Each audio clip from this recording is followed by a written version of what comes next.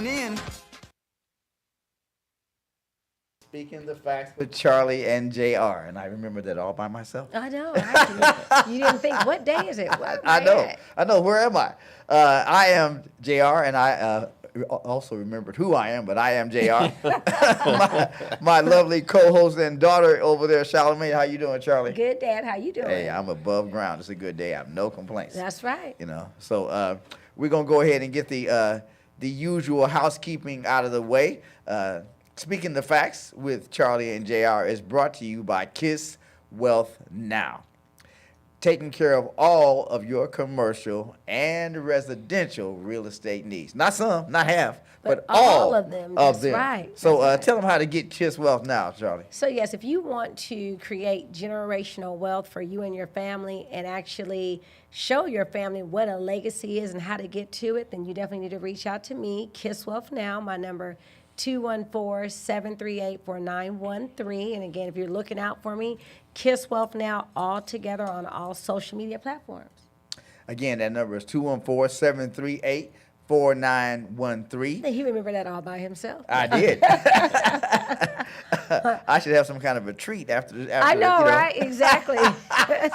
I said my kids came out of my womb knowing my phone number. It's been that way for forever. Yeah, and it would have to be for me to remember it.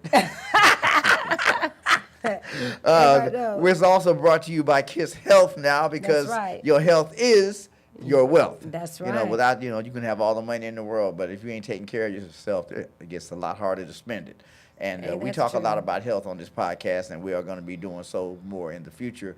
But just try to remember that these are amazing machines that God put us in. Our temples. And they are yes, and they are capable of healing, of restoration, of renewal. If we have the faith to believe that they are, number one, and then we are willing to do some work.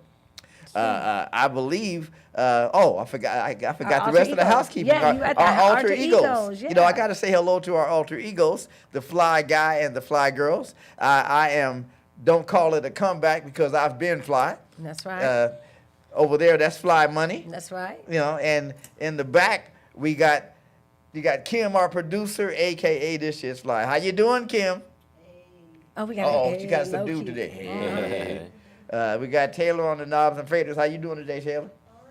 And now that I have gotten all of that out the way. I think we're going to be talking about a little faith today, Yes. and I'm going to go ahead and let you introduce our guest today. Okay, so we have Terrence Southern in the house, and he comes with a myriad of things that he experiences and things that he brings to the table: mentor, AI, technology, father, everything. Like, he got 14 jobs. I don't know if he's Jamaican or not. But there's a lot of things he does. So he just pulls things out as needed. So I try to, give us some cliff notes. But of course, you can fill us in on if I left out anything that you do or have not done yet. Yeah, no, I think you captured most of it. But just to add on there, a podcast host, author, inventor. Oh, see, I love Yeah. There's so much, I couldn't keep up. No. all good. And my alter ego is the Robo Bro. The Robo Bro. There you go. I like that. There you That's go. something we need to start adding that. Our guests that come on, what is your alter ego? Yeah. So tell us about the Robo Bro. Yeah. Yeah, so the Robo Bro, that's just me, as one of the first, if not the first, black robotics engineer. I've been doing robotics in the industry since 1999. Oh, okay. And, okay. Yeah, Did it stress you out a lot? A little bit? It was exciting at first. It wasn't until I was in college and I saw a robot for the first time, so I'm excited. I get to do something. It took a little while before I looked around. I was like, don't nobody else do this? Don't nobody else do this? I ain't got no alignment with nobody. Exactly. Where my partner's at? Yeah. Nah, you it. Right. So I'm gonna have to eat potato salad with raisins in it, and all of that.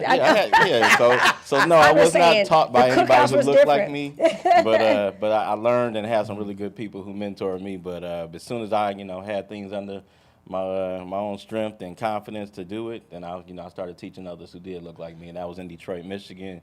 many years ago. And I'm really proud of the work that I've done in robotics. Yeah, that is From Detroit? excellent. I'm born and raised from Oh Detroit. man! Oh yeah. Wow. Well, so you go back to the Motown days, huh? All the time. Yeah. Motown. Glad to see my Pistons and the Lions are doing well. Oh, they are? Haven't They watched are. the Tigers or a Red Wings game in years, but Yeah. No, the Lions and the Pistons both are noteworthy these days. That's they good are. to see. Right, Yeah. right. We got to bring a championship home for one of them. Yeah.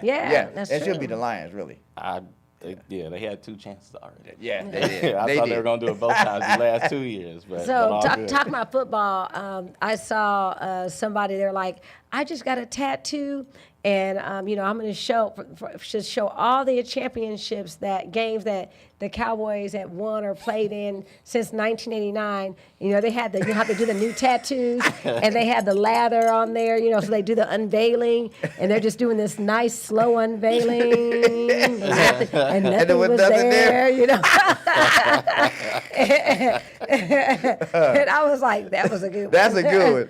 Well, but, you made some Cowboys fans fight you Yeah, over that they're not one. going to like that. Yeah, but I mean, I don't know. What about the Lions, They were fun to watch. Yeah. Win or lose, they were fun to watch. Yeah, they were fun High to watch. blood pressure or not, Yeah, right, yeah. They were fun to watch. You can watch the game and you can have some fun time. There you go. Quality time with the family and friends. that's all you need. That's all you need, because not like many of us going to the game. No, Right. no. So you might as well have excitement. And say, all right, it was good. It was fun. And then Yeah. go home. So what made you go into AI or engineering? Because I know that, and not to stereotype, but again, we know what we're used to seeing. So most young men are not growing up saying they want to tinker with a robot. Like, what was the inspiration? Is that something in the family or?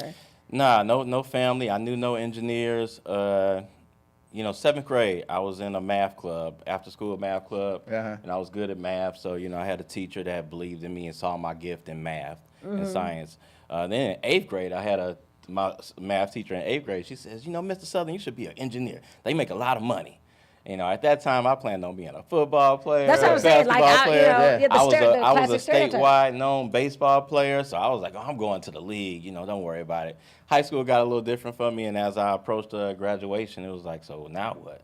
All right, so I'm like, well, she told me to go be an engineer. Had no clue what engineers did. I couldn't have told you anything about engineering. Never met one, didn't see it, didn't have engineering classes in high school. And then, so that was how I got there.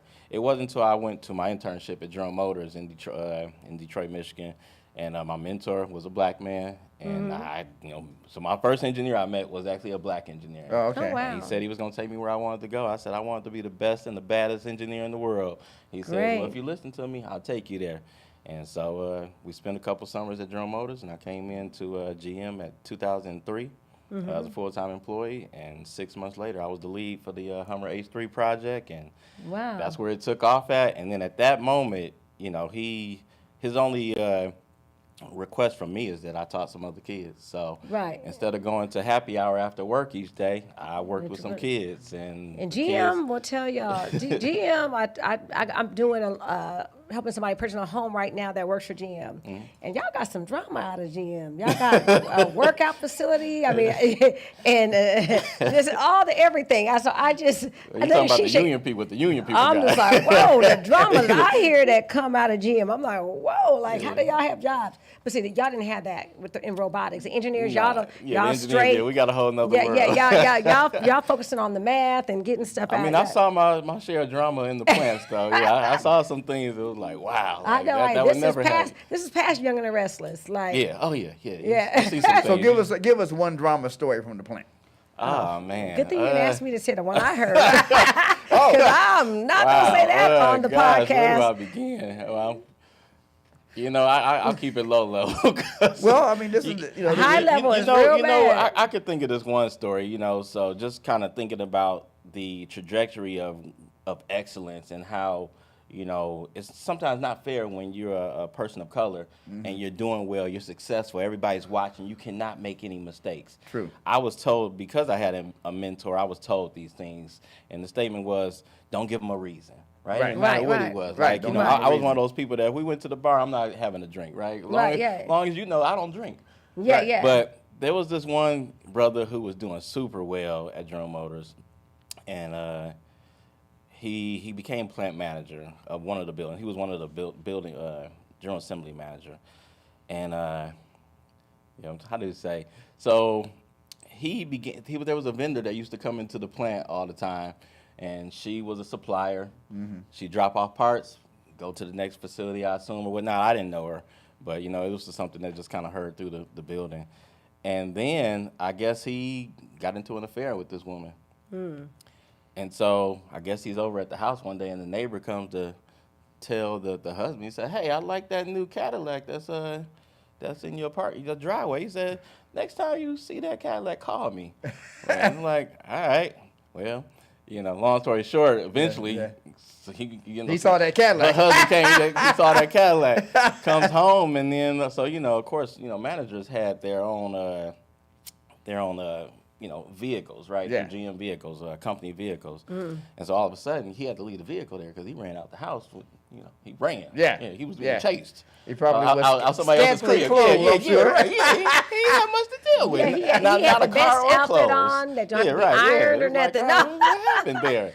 And I guess when he started showing up in a rental car that wasn't a corporate vehicle, people got to asking questions, and of course, they bring you to the table and they say, "Hey, we can either do this the easy way or the hard way. You just resign, and then we don't have to make a spectacle of this." And I think of lessons like that, and these kind of things, they happen to. I bring it up with a black person because it resonates with me personally.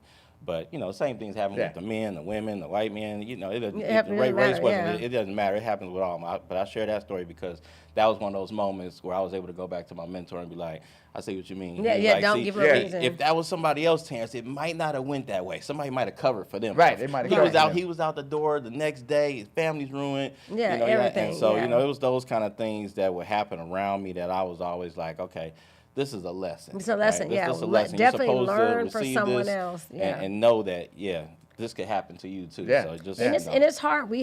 I can say that in my career, and even still now. I mean, of course, there's more people in our careers, but I've worked in environments like when I worked at Bank of America, I was the only black underwriter. Mm-hmm. Or when I worked for MGIC or Radian, the MI underwriter, I was the only black person. So yes, I understand definitely having to work harder, make sure you're not making mistakes, and putting out more numbers, just so that way there was nothing that anybody could say. That's right. Yeah.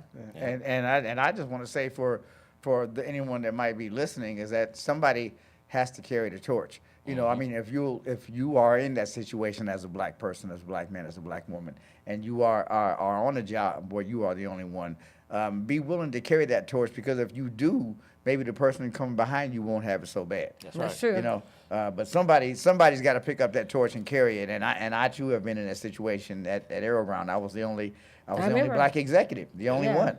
And they would tell me, I'd be get sent to a sales meeting. You mess up, we're gonna fire you. And just like that. Yeah, I mean, I got it every time I went into a new meeting. To and I wasn't a salesperson, but I would be presenting our training, showing them our training and presenting how we trained our employees and how our recurring training and how we took our employees through to make sure they did the job right. Yeah. To impress new clients. So, but yeah, every time I went, if you mess it up, we're gonna fire you. I mean, you said something there, though. I mean, that's the same reason why I continued to do this work, because you said, did it get stressful? It got real stressful. There were a lot of times where I was like, this is crazy, right? Mm-hmm. I can't be treated fairly, but I knew that if I let go, then there was somebody who was watching. There were other young people who say, I want to be, like, you never give them a chance to be, me, right? Or if I stop, then somebody else is going to go through this. It's not like it's going away. So at least I have all of the knowledge to say, when you get here, this is what you do. Right? This is how you defeat this. So do you have to, and I'm going to ask a really, a dumb question, but do you have to be good at math to be an engineer? Is it absolutely, I don't think so. So when I think of math, I think, of course, problem solving, but it's not always about the numbers, right? Because you'll never see those numbers that you went through in class ever again, right? Unless you're counting money, right? Or measurements, right? That's the only time you really see numbers on a full scale like that. But it's more about how your brain is wired to solve a problem, whether it's a life problem, whether it's a relationship problem, whether it's a school problem. It doesn't matter. It's a problem, right? Yeah. And how you approach the problem.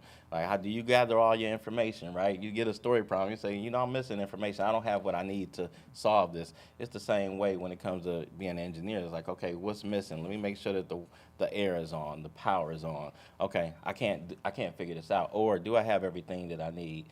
And yeah, it's just about solving problems. And so I would say most engineers are just wired a certain way. So the math teaches everything's you, fixable. Yeah, the math just teaches you how to think. Okay. Not so much as about the numbers. It's bigger than the numbers. Yeah, and it and when you said just being wired to solve problems, I know that for people that I didn't think I was wired to be a problem solver at one point. I am, but I didn't think that I was. So then you got married and had kids, and you realized that you could. Yep. Some things ain't solvable. He didn't realize he could solve all the problems. That's right. I go back to school on that one. But I had to learn to look at. I had to, for a while, I had to remove the word problem. I had to look at things as situations and circumstances, and then just approaching the right solution to the situation or the circumstance, because the word problem gave it too much weight for me. You know what I'm saying? It just was it gave it the negative connotation, gave it a weight that's a problem. Where if it's just Like it's a little situation. yeah, where if it's a circumstance, it's a situation, but I can, then I can just, okay, let me get in the situation room, Let me, I like that. No, you're right. You're right. Yeah, so I just thought I would throw that out there for anybody that wrestles with that word, because I know if I've wrestled with it, there's somebody else out there that has wrestled with it. So I'm looking at this book on the table, Mr. Southern, and it says Finding Faith, and I gotta show. Go for it. Yeah, it's awesome. I gotta show the viewing audience and the listening audience. Y'all can't see it, but it is a very nice looking book. Finding Faith Within Yourself. So how long ago did you write this? Is this new or? It's new. It came out beginning of March 2025. This is very new. It's very fresh, but it took years to get to the finish line. Yeah. So a lot of struggle stories in there that just, you get to a certain part of your story and you're like, oh wow, I need a break, right? Yeah. Some things, you visit in life and you just haven't been there in a long time, and you get a moment to reflect to make sure that I put all my full self into the story. So what was the inspiration to do this? He has some situations in there. There's some situations. These are things I only talked about with people I'm close to. I honestly, Hey, family. right? Yeah, they're like, oh, he ain't said this before. It honestly came after doing some therapy work, some healing work. Okay. Yeah, it was some healing work, and I think the therapist, she was like, you got a whole story in you, Terrence. You got a whole book in you. You have no right to keep all this from people around you. Like, like everybody knows the robot engineer. Everybody knows the mentor. Everybody knows the father, but they do not know who you are, right? They don't know you, right? They weren't there with you in Detroit, right? You have survived battles that most people gave up on long ago, right? So if you got a roadmap and you keep it to yourself, you're not really doing God's work. Okay. And she just kind of sent me home with that, and I was like, now I'm at now you eating dinner, like, man, man. you talking to? You don't know me. Right. Maybe I ain't ready to share, right? That's right. And it took me a while to really think about it, and then just out of the blue, I get this message on LinkedIn from a publisher, and he was like, you ever thought about writing a book? I'm just like, you know what? Darren? I think social media heard me talking, right? How is it Darren Palmer? Different publisher. Frayling Publishing. Okay. And he just sends a message out to me. I'm like, I don't have time to do this. He was like, well, we could work together and figure out how to get it done. That was November 2021, I think. Oh, wow. We got started. And then as we got closer to the finish line, I read it. I was just like, it doesn't have my tone. And so I just had to really put some raw things in there. So the book kind of goes over, different moments in my life when I didn't trust myself. And there were lots of them. And I'm sure there's some that I left out, but it kind of goes into what it felt like to be the only one, right? The Jackie Robinson of robotics, right? That was frightening, but for somebody else, they like, well, if Terrence can do it, I can do it, right? What it felt like to project, right? What it felt like to grow up in a single parent home. Like, these aren't things that we talk about, right? Openly. So, to get where I am today, and of course, there's a lot of us that grew up in single parent homes, but, everybody's story isn't the same, right? I was a smart kid who was always in the thick of things, like whether it was drugs, violence. I mean, we talk in Detroit, like I saw a lot, did a lot, and then finally, that voice in my head was like, your time is up. Like, you got to turn the corner. And so when I did turn the corner, I went to college. And that was at Tennessee State University. And I remember, like, when I went there, I was like, okay, we're never going to talk about this ever again. You're going to go down to college, you're going to be a completely different person. Nobody's ever going to know, Terrence. And then nobody's going to know the OG. They're like Smoke. And that's my nickname. I'm just like, I'm like, all right, people know me. And one thing I don't talk about in the book, I think it was maybe my first or second homecoming at TSU. And I'm walking around, and I got my roommate with me. And this guy, I can't remember his name, but I knew him from my neighborhood in Detroit. And he says, "What's up, Smoke? How you been, man? We ain't seen you in a couple years now. I thought you was dead." And my roommate looked at me like, "What kind of life was you living, man?" There's something you're not telling us. And so, the book kind of goes into some of those stories and what life was like, and and how I turned the corner, and how somebody else could overcome those things by just trusting themselves. Like, you have all the tools you need. Now you got to know how to use how to apply it, yeah. I definitely believe, God has equipped us with the things that we need, but we just have to hone in on those things, and trust ourselves and know that it's gonna be okay. Yeah. I couldn't imagine waking up every morning and be like, I can't do this, I can't do this, I can't do this. And there's people who think that way, and they get stuck. There are. I one of the quotes I carry around with me is Henry Ford. For those who may not know, he is given credit as producing the first production automobile in the United States, the Model T. But he said, whether you say you can or you say you can't, you're right either way. Right. And that statement, just when I heard it, it stuck, because and then I remember the movie. What is the movie? Where why can't I think of the name of the movie? Sanaa Lathan, is it Love and Basketball? Love and Basketball. Love and Basketball. Yeah. Where the father's telling the son, remove the word can't from your vocabulary, because a man doesn't say can't. Yeah. Now that might be slightly extreme. However, can't is a direct contradiction to faith. Yeah. Indeed. So the more we say we can't, the more we close our palms to the blessings that God can have for us, right? Because we can't. Yeah. So I love just seeing something about faith. I've got and you've given me, several people on the podcast have given me inspiration to finish a book that I've worked on for a while. But I use faith. Well, I'd use two examples. One is like just a chair. Yeah. If we had sat down in here today and one of our chairs had collapsed the second we sat in it, we wouldn't lose faith in the institution of the chair. We wouldn't quit having faith in chairs. We would just say that was a bad chair, and we would go over and sit right down in the next chair without even checking it. Right. Because we have faith in what is represented as the institution of the chair in our mind. And that's how faith works. It is really very, very, very simple. You just having. I had somebody tell me that if somebody that you didn't know told you that there was $1 million over there in that hill, you'd be all right.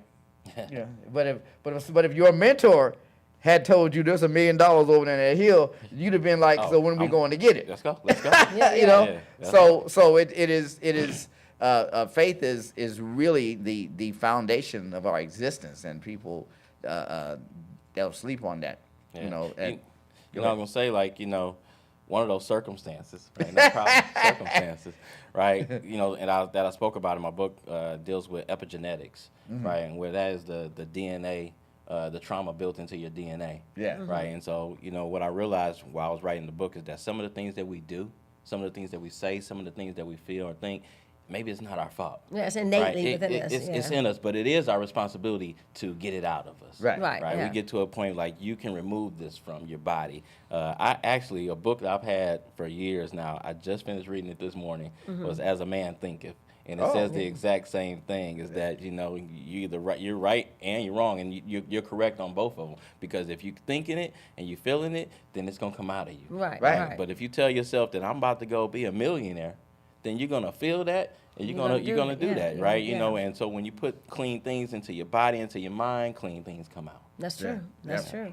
I had another quote I carry with me. It's from Good Thoughts, Bad Thoughts, a song by Funkadelic. You know, it says, every thought felt as true or allowed to be accepted as true by the conscious mind takes root in the subconscious, blossoming sooner or later into an act that bears its own fruit. Good thoughts bring forth good fruit. BS thoughts rot your meat. You know, so, but it's true. And I want to make an announcement that for, you know, the existence that I've known my father, he's definitely repeated that. And I hear him say it every time. I have not memorized it yet, but I'm now charged to. That was good, right? Yeah, he knows it. And I listen, I'll be like, And I'll be like, I'm like, good thoughts, bad thoughts. But I'm memorize it. You're gonna remember? Okay. That way, one time on this show, I'll be like, Dad, hold on, I got you. I got you. I'm saying, but I will say, though, that, you know, to motivation, to read, you know, a lot of times people will get lost in what motivation is, or they don't want to take the time to learn. And so nowadays there's so many different ways to learn. We're not as audio, you know, a book, you know, YouTube University. There's just so many ways to get information. So like everything that you do, that you've accomplished, your book, like if someone wanted to connect with you, how would they do that?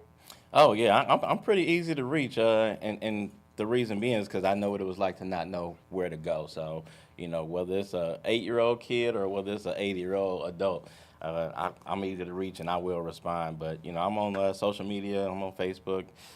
I'm probably most active on LinkedIn. Yeah. You know, that's where the professionals are at. Right, and Instagram. I have a TikTok. I don't post there. And I have my own website, you know, at info@terrencesouthern.com. But yeah, people reach out to me. See, when I grew up, he got his own website, you know. Well, you know, that's because I need to control my own narrative. That's right, and I like that. I like that. You don't want to have somebody else doing it for you. So now, going back to the book, which, you know, Dad, he's talked about writing a book. I know I've talked about writing a book, and people have told me to write a book, but maybe some of the things that have paused me and I haven't started it yet is because, as you said, you know, kind of peeling back what you had covered up to be able to write the book. You know, and thinking about, you know, the things that you experienced as a child. And, you know, so was it painful, or did you feel like maybe you were going to put something out there that maybe your parents would have thought the narrative would have been different? You know, did you go through that? You know, because that's something that I've thought about. I'm like, okay, I could talk about this, but I put it out there and everybody sees it like, okay, this is how I saw it, but how's my parents going to see it? How's my family going to see it? I feel like you're reading me. No, my family definitely thought to expect something different, right? They thought I was going to talk about them, or, you know, why you ain't talk about this? Why you ain't talk about that? And, you know, but, you know, I told them that it's not about you, it's not for you, right? You know, and I don't owe anybody anything. Like, this story was meant to impact the person who needed to find trust within themselves, you know. And for whatever reason, most of, you know, quite a few of my family members bought the book. You know, whether or not they all read it or not, I'm not sure. You know, they got to a point like, wait a minute, I got something like, hey, I didn't mention nobody's name. That's not how I you know, remember that. And if I do mention anybody's names, it was because they are that close to me, right? Gotcha. The names that I mentioned. But I'll say this, like, you know, the people who have responded back, they were like, Terrence, I needed that.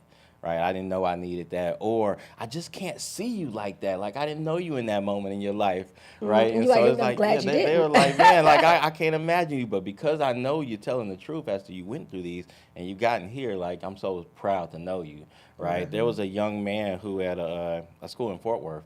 I gave my book away. That was the first thing I did after I finished. The book was released. I gave it out to about 20 kids, this mentoring program, and one of them read it. He was deeply moved by it. His mom and parents called the principal, and I ended up being the graduation speaker at this middle school. Well, that's right? excellent. And you know, you just kind of walk out of those rooms, and you just never know how you're gonna impact That's someone's true. lives. And that's kind of why I had to do is that you don't know who you're gonna touch. Exactly. Even my mentor called me and said I needed that. Right? Even though I Right. speak of him and what he did for me, you know, this is my thank you to, you know, people like him and others who I mentioned in the book and how they blessed me when they didn't even know it. You know, it's Right. my way of saying thank you. And, So your and giving spin back. on, and just which I haven't read it yet, but I will read it. Yes. So the spin on it was just maybe the nuggets that you got along the way, and how maybe it uplifted you out of that situation, and how you kind of built on top of that as you. Absolutely, yeah. I mean, it tells some scary stories. You know, the things that you just couldn't see in me, right? Yeah. Because you know, I've always been somebody who smiled, but I had a temper. Right back then, you know, if you upset, as long as you ain't bothering me, I was cool. Straight A student, didn't bother nobody. But when you upset me, I went all in. Right. And in the first chapter, it talks about projection. And there was a night where I was about to, you know, I was attacked, shot at, and all kinds of things. And you know, by the grace of God, I'm still here. And it was, and I needed somebody to believe me in that moment. And the people who didn't believe me, I took matters into my own hand and almost took it out on somebody who indirectly had something to do with the situation. But in that moment, I wasn't directly mad at him. Like my anger and frustration was stirred up by the previous encounter that was with the cops and my mother. Right? Nobody believed what I was telling them as to what happened, and I was just on fire. And you know, if I went through with what I was about to do to this young man, I'm not here today, right? I'm sitting in behind So you bars, thought right? through your emotions, Right. Yeah. or somebody helped you think through your emotions. Actually, you know, when you guys get a chance to read it, you'll okay. see that there was a man who stopped me that night. And Mr. Reed, he was my guy. He was my guy after that. After I went to college, that was probably a year after that happened. I went to college, and I always came home to say thank you. Right. Yeah. And I'm really glad to hear you say that as well, because there are, you know, maybe there's someone out there listening or watching that is struggling with it, or maybe a parent that's struggling with a child that has a temper or emotional issues, and there's a, you know, and I'm feeling another. Well, it's not a quote, but there was a song I talked. He got all the songs. You do, yeah. This is a walking. Yeah. He knows all the lyrics. Called "Half an Hour" by Mint Condition, Oh, yeah.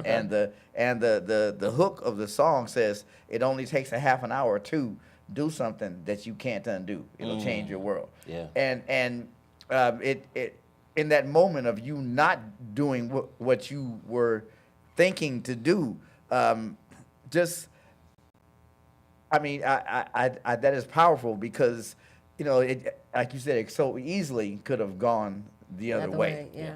And there's something else you said that touched me, is that when you have what you consider to be a past, you know, that, you know, maybe it isn't a past to somebody else, but if you consider it to be a past, that we don't talk about those things. Right. You know, well, I'm not in the military anymore, but, you know, like the gang tattoos, you never hear me bring them up. You never hear me talk about them. Right. You know, Right. but because there were, you know, the points that I almost went too far, you know, and I think back on my upbringing, the anchors that kept me from taking that next step, you know, and going too far. And you being a dad, I know that you're instilling those anchors in your kids, where you know, they might pull the rope tight, but you know, they're only going to go so far. Right. You know. Yeah, I dedicated this book to my daughter because I want her to know who I am. Right. You know, and who I was, right? You know, and so I think she sees me differently. She sees me as human now, right? Right. Yeah. Before this, she was like, "Oh, my dad doesn't cry. My dad doesn't hurt. My dad is Superman." And then, you know, having that talk, she was probably the first person to read it. She was so excited. Right. She went to school like, "That's my dad." Yeah, right. that's So you know, awesome. you want to make your kids proud. You know, I only have one daughter. That's my daughter Zora. She's 11 now. And she's my joy. So, you know, if not for myself, I do it for her. Excellent. And, you know, so just kind of keep at it. And now she knows a little bit more about me. Yeah. You know, you say, well, could you have waited till she was an adult? Like, you know, she Right. want to know, she want to be proud of me now, right? You know, Yeah. like, what's keeping me going, right? You know, you weren't. That's when your you work- why. Yeah, that's my why. Yeah. Did her reading your book help her to be understanding of your position in life, of your who you are and where you are and why you make the decisions you do? Did it help her to? Yeah. I think she sees me, as a bigger hero than she saw me before, right? That she knows now, every day ain't gonna be a great day, right? Some days. So now, we have that bond where she can say, "Are you okay?" Right. And I can be honest enough to say, I'm not okay today, and that's all right, right? Yeah. And just having honest conversations with her. And see, and that's what's healthy. Like, I think culturally, Black people, we always thought that our kids shouldn't be involved in anything, and we just show up with the groceries. We don't want to show them how we got the groceries. Mm-hmm. We just go someplace and bring back money. It was or just how do you get an apartment? How do you get a house? How do you buy a car?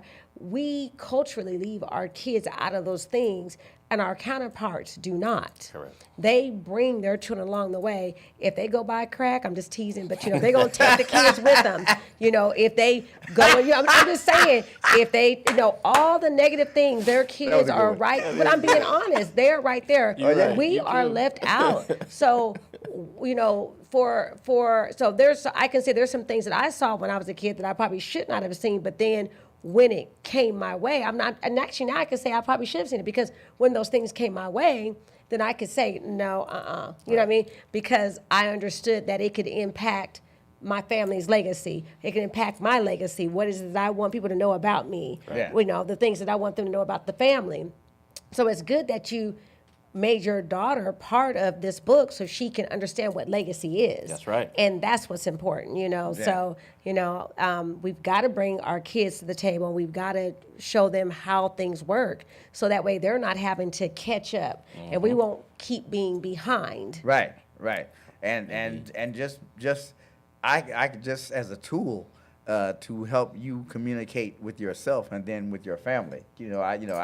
I can just see all kind of positives, and I definitely want to buy one. I can see all kind of positives from like I said. And he just brought 2 copies too. Yeah. I didn't know how many people were here, so I would have bought more. My apologies. So, but yeah, I'm just really so. How has faith guiding you today? Every day is a new day. And sometimes it's still a challenge, and I have to talk myself through it, right? But now I'm more self-aware of what that looks like when I have my own, transgressions, and like, okay, hey, chill. Like, it didn't happen that way, right? Rethink this, right? Or, what am I going to do, right? We just bought a brand new house, It's just like, all right, now what, right? And I tell my daughter, like, look, this week we having peanut butter and jelly. I spent too much money. Right. And, but having the faith and knowing everything going to be all right. So I always, lean on things like, Terrence and the lad. Like, if you ask me how the last 5 years are going, like, it's been wild ride. But if I tell somebody else the things I've done in the last 5 years, they're like, well, wait a minute. Like, what's your version of a wild ride? Like, you got a book, you just bought a new house, you bought a new car, you got an invention coming out, you got a podcast, you're well known, you're speaking all over the country. Like, what's your definition of having a rough time? Right. And I really had to sit in that and think about, you're doing better than all right, right? And you need to be okay with that. So faith today just looks like, just knowing that I can, right? It had to happen this way. Like, nothing is an accident. Like, everything has a purpose, and so do I. And so just living in my purpose and knowing that, if that requires me, if I'm thinking something, I need to write it down. Sometimes I just journal and I start writing stuff down. And say, this is what I want to happen, and then I wake up and go after it, right? But I gotta, sometimes I just have to put myself back on track, right? And so it goes off here, comes in here, and then put it down on paper, and then I'm gone. You said doing better than all right. Yeah. Is there, or can there be a guilt with being blessed? Because you said, because you said that, I'm all right, but then you had to acknowledge that you're better than all right. Is there a guilt that can come along with being successful? Yeah, survivor's remorse. Yeah, of course. Yeah. Sometimes I think about going home, and it's kind of like, how do they see it, right? How do they look at it? Like, I grew up with him. Like, I was there with him. Like, I know who he was back then. Like, what you talking about, right? I'll be honest with you. My friends from Detroit are the best people in the world. Yeah. Because in my head I was thinking all of those things, and then on the surface it was like, man, I'm so proud of you, Right, I had a text message just yesterday. Somebody I mentioned in the book, he was like, "Man, if people only knew." Right. And I was like, some days I'm still like, I can't believe that's me talking about me in the book, right? Because if you weren't there, you wouldn't even believe it happened. Right. But every bit of it. So yeah, there's sometimes there's some guilt there, but that's why I do what I do in the community, right? I would feel terrible about my positioning if I didn't give back, but the fact that I did make it is why I go into the harsh communities. I show them a black robotics engineer, right? I show them AI. I fly drones with kids all over the country, right? I get out in front of these kids and they like, yeah, you want to try it? Like, and they don't just look. They don't just sit there at my table and be like, ooh, what's that do? Like, nah, here you go. Here go the controller. Here, now you fly it and you can go home and you leave me. And they say, to Mom, today I programmed a robot. I flew a drone. Right, I saw a 3D print. I designed something. I met Mr. Terrence Sutherland, right? And something I don't talk about much. Like I've had kids write me letters, and out of nowhere, just get a little letter in the mail. I met this kid. Maybe it was 2017. He writes me a letter. I get a letter in the mail from somebody I never met before. It said, "I want to be a robot engineer like you." And I'm like, awesome. Okay. So for his science project, he had a bunch of questions. And I think that was the first time I wrote a handwritten letter since I had a girlfriend in high school, probably, and or college maybe. We had the computers then, but I wrote him a letter and I sent him a little robot, and he did his science project on becoming a robot engineer and talked about me in front of his classmates. He was in the third grade or fourth grade at the time, and so now he's an adult, and I hope that we reconnect and see if that's still what he wants to do. So that's why I do it. That's what my faith looks like. That's what my purpose looks like. Doing everything with intention, because I don't feel as guilty when I'm in that mode, right? That's me, right? The robot engineer, that's what I do. Giving back and showing up, and showing out.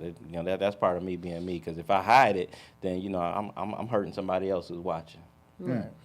But power, passion, and purpose. That's a great thing to have all in one place, and inside one person. So and I just want to. First of all, just commend you for staying focused through the things that you've gone through, because I commend my daughter for staying focused with the things that she's gone through. I can look at people and I can say, well, that's inspiring to me, because I know this person was down on their knees at some point and they got up. Maybe they were on their knees twice, but they got up. Right. And that's kind of what the message that I want to get out to our audience is that we can get up. We have to choose to, but we can get up. Life is going to knock us down at some point. If you're lucky, if it only knocks you down once, you're real lucky. Because that's what happens. Because usually it's like get up, and then you get up and it's like get up again. Yeah. So just your determination, your focus, and the drive that focus and determination has produced. I'm glad our audience is seeing it. I appreciate it because it is inspiring. Thank you. Yeah, I want so much for our community. Primarily, just as a father, I want to see more of us married. I want to see our families out there. I want to see the violence go away. Like, there's so much I want. This, and I'm just one person, but I'm always trying to come up with ways. Again, with circumstances, right? Solving circumstances, and some of the circumstances, deal with everything that I'm good at. So you just got to kind of lean into your gift, right? My gift is being innovative. So, through the different things that I've done, not just the book, but my podcast, the Blurred Out movement, most people say, oh, it's the Black Nerd movement. I'm like, see, Black Nerd is a little too narrow for my thinking, right? My thinking was that the blurred out is that you need to blur out the stigma that it's not cool to be smart, because I know kids who were bullied for being intelligent. There was a study done in 2021 that talked about superior intelligence angered people to the point of violence. Right. And that's insane. I'm like, so wait a minute, I think we own to something. Right. What I want people to do is like, how do we get back to our origins, right? Right. Mm-hmm. Right. How do we get back to being there? Did you know we invented math? We invented science. We invented technology. We invented art. But we invented it all. Of just underground sewage, the concept for a lot of things. Yeah. And so, we own none of it though. Yeah. Right. And so that bothered me. So I started this thing, and it was kind of like, let's talk about it, right? First, we got to inform you. No, we cannot talk about relationships on every single streaming network and social media, right? Exactly. Y'all not even in a relationship, and now you're trying to teach us. But I am an engineer, and I could teach you something. So I brought a bunch of engineers and scientists from all walks of life, backgrounds, and say, how do we all work together? How do we go back and take back what we own, what we innovated, and kids and adults now love that. And I will say that one thing that you spoke on that is definitely when you're able to, and I'll just say cognitively figure something out, and you can figure it out in like 5 minutes or 3 minutes, whatever it takes, and somebody else might be struggling with this for hours and hours, right? And they'd be like, how'd you figure that out? Or you just got it so easy. I remember one time I had a boss, and this is where we had to get licensed to be, a loan officer back with the whole regulation of things. And so I, sat and I had a lot going on. I was tired, so I'm sitting in the class. I'm not, I'm having to move the mouse so my screen wouldn't stay black. I slept through the class and then just went and took the test and I passed it. And my boss at the time, a white woman, she was bright-eyed and bushy-tailed. She was there. She studied this and that, and she failed the test. And so we all went together, And so they came out, and it was 3 of us that went to go take it. Both those Angle people, they failed. I passed. And so the one lady, she was like, "They gave you the easy test." I'm like, "This is a state test that they came up with the questions and they give them to all of us. Like, how do they walk in the door and be like, she's black, give her the easy test? Like, how does that work? You know what I mean?" It could have been the other way around. Yeah, right. Yeah. And so I think that, maybe, people will, and you will find yourself maybe even dumbing yourself down, because other people are probably, I hate to say not where you're at intellectually, or the thinking pattern is different. That's really what it is. There you go. The thinking pattern. So how I'm looking at something, I usually I'm starting here and I'm working myself back. Versus starting here and trying to get there. That's just kind of how I work at it. I'm like, I'm reading it, I'm looking for the answer, and I'm like, how they come? Okay, yeah, this is how we're doing this. Right. And so I think even that's something that we could probably help our people with, our kids with, really looking at something and in the problem solving, realizing that you don't have to necessarily get stuck on the problem. If you can see the answer, then you can figure the rest of it out, in a sense. Yep. That's kind of a good way of taking a test, even. Well, yeah. Testing. Yeah. Reverse engineering is a thing. Yeah. See, I didn't say that, but he's smarter. He's smarter than me, and he said what I was saying. But But that is how a lot of things are done with reverse engineering. Yeah. See, look at there think it is. with the end in mind. Well, That's it. I as often as I can, I start with the end, even when I communicate with people, because now you know where I'm going. Now I can explain to you how I got there. Right. But if you don't know where I'm going, you can keep cutting me off along the way, and we won't get there. Exactly. So I tend to start at the end. Yeah. And you ask the question that you know the answer to, but you just want to get the other person's perspective. That I attempt not to do. But yeah. She picks on me on every podcast. Yeah. I love it. Well, how did you come up with that? How did I come up with that? Oh, we'll have to go back and watch previous episodes. But the clock on the wall says we don't have to go home, but we do have to get the out of here. Okay. Producer? 4 more minutes. So how many businesses do you have total? Kim wants to know how many businesses that Terrence has. I'm just gonna have to name them off because And I'll count I haven't counted. So I have. I'll start with Illuminate STEM. Right, so Illuminate STEM is my nonprofit organization. The STEM stands for Sustaining Talent and Elevating Minds. So the goal of that organization is we work with K through 12 students and encouraging them and enabling them to be go into STEM careers through project-based learning. And we also now just introduced our workforce development program that is for ages 16 to 24 in underrepresented so I can communities, sign so they up. can get into robotics, drones, and technician courses for a much more cost-efficient price for that demographic. So that's Illuminate STEM. Then we have Robotopia is my for-profit business. Robotopia is a industrial manufacturing system integration company, which means that we make the automated and robotic solutions for manufacturers to taking their operations from manual to automated. Okay. Right. So if you got and that's the nature of the work that I've done for the last 25 years. Like when they call on me and say, hey, people keep quitting, they're not coming to work, this is unsafe. So, what can I do? So people are the reason why AI took over. Yeah, basically. Basically. Yeah. I mean, real talk. I mean, we got a whole generation of baby boomers that are retiring in the next, 4 years now, and there's not a generation that's interested in going to those same jobs. But what they are interested in is learning about technology. So if they can go from, I don't want to load parts into, I don't want to load a pallet of boxes, but I will program a robot, then that's kind of what we're trying to encourage them to do. So we not only do the robot solutions, but we also have our workforce development program on that side, and that's for all ages, and teaching about the very thing that I know how to do is that advanced manufacturing, right? The robots, the PLCs, the drones, the 3D printing, which additive manufacturing is going to be a total disruptor. Welding, so that's Robotopia, and then there's the Terrence Southern business. So, I do a lot of speaking, motivational speaking, talking about my book. We now have a journal and an assessment that's going to be coming out soon at the beginning of August with the book. So we'll start introducing that so we can not only people read the book, but also have a journal to say, how does that make you feel? Well, what does projecting look like to you?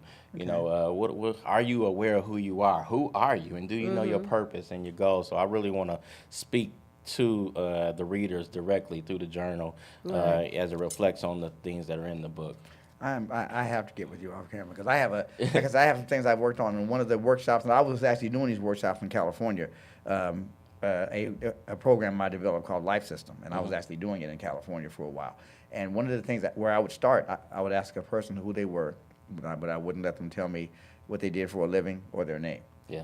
That's right. Yeah. And getting down to who we are, because that's who we are is where it's the launching pad, and if you don't know who you are, then you are the shaft instead of the wheat, so to speak. You just kind of get blown around all over the place. Yeah. And then lastly, we got the Blurred Out. That's blurredout.com. The Blurred Out movement, of course, it started off as just a cause, to bring attention to intelligence being cool again. It, turned into a podcast years later. We have our own merch, shirts and whatnot that we kind of comes with our summer camps. And now we have our innovation cohort that's going to be starting in the fall. So we're going to be inviting some high schoolers and collegiates and adults who are interested. You got to include the adults. The adults. I'm just now 24, so I can be part of the other program. You're invited. And then, she slipped that in earlier too. It's going to be so he exciting. Right over it. He was like, I'm not paying attention to her BS. You are invited. You're invited. But that there is going to be so cool because we are going to invent something. I can't tell you the things that are going to be invented, but when the registration comes out, I'm hoping everybody tries to register. Of course, we're not going to be able to take everyone right up front, but there will be multiple cohorts, as there will be multiple inventions created in those rooms and those walls. The goal is, how do we put our innovation back into the market and bring it back to the community? I'm calling it community innovation. Right. So those are things. Of course, I do some real estate. I got my own, property investments, and then my innovation, all my patents and trademarks and copyrights are under a business, so under my trust and all. I got all my stuff set up. Just learning as I go the things that we weren't taught when we were young. And for those who want to keep in touch with me, again on social media, I'm RoboBro. On LinkedIn, it's Terrence Southern, or just look me up on TerrenceSouththern.com. That's www.terrencesouthern.com, and that's how you get in touch with me. Man, Terrence, thank you, brother. Man, Thank you. That's what this podcast is about. It's just about seeing people grow and blossom and succeed. Because there's so many of us that have unfortunately given up and aren't trying to succeed. So that we just want to motivate people to be the best version of themselves that they can. Always. We will be back next week. Same facts time, same facts channel. That's right. And love until yourself so you can love somebody else. There you go. We will see y'all next week. Take care. Come back and hang with us. And thanks for hanging with us this week. See y'all later.